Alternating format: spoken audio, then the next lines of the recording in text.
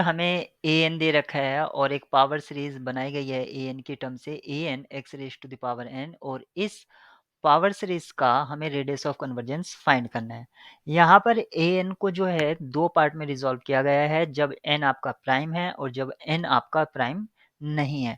तो हम अलग-अलग के लिए रेडियस ऑफ कन्वर्जेंस देख लेते हैं। जब n प्राइम है तब इस सीरीज का रेडियस ऑफ कन्वर्जेंस क्या होगा और जब n प्राइम नहीं है तब इस सीरीज का रेडियस ऑफ कन्वर्जेंस क्या होगा।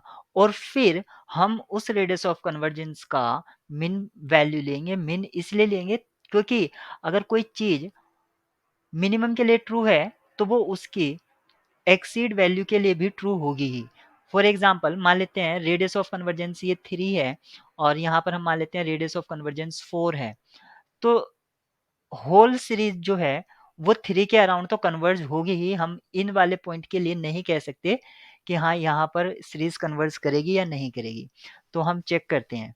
तो रेडियस ऑफ कन्वर्जेंस निकालने के लिए आपके पास 2 फॉर्मेट होते हैं, यानी कि r को हम रेडियस ऑफ कन्वर्जेंस को r से डिनोट करते हैं और इसको निकाला जा सकता है 1 upon limit un raise to the power un बोलिए या an बोलिए an raise to the power 1 upon n, या हम लिख सकते हैं limit A N upon A N plus one mod of this one.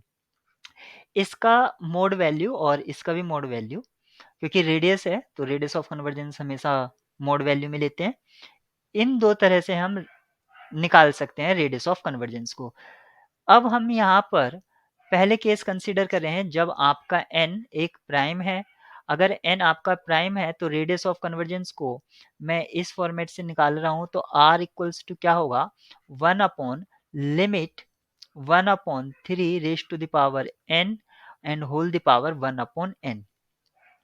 और इसको मैं लिख सकता हूँ 1 अपॉन लिमिट 1 अपॉन 3 और इसका जो वैल्यू आएगा वो आएगा 1/1/3 और फाइनली ये 3 आ जाएगा, यानी कि इसका रेडियस जब n प्राइम है तब 3 आता है। अब मैं कंसीडर करता हूँ जब n आपका प्राइम नहीं है, उस केस में रेडियस ऑफ कन्वर्जेंस को मैं सेम मेथड से निकालूंगा 1 upon limit 1/4 raise to the power n raise to the power 1 upon n, और इसको मैं लिख सकता हूँ 1 अपॉन लिमिट 1/4 और यहाँ से मुझे जो मिलेगा रेडियस ऑफ कन्वर्जेंस 4।